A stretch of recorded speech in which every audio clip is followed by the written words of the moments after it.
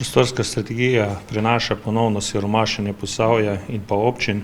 Mogoče samo dve stvari, ki jih prav da izpostavim. V raven tretja raven mest več ne omogoča splošnih bolnišnic, ampak samo še specializirani, kar pomeni seveda, da bo vsaj en del oddelkov v brežiški bolnišnici se ukinilo. Po novi strategiji vnaša nižji nivo urbanizacije podeželja in pa seveda ne predvideva tudi razvoja, predvsem kar se tiče letališča, Feniksa in pa ostali stvari.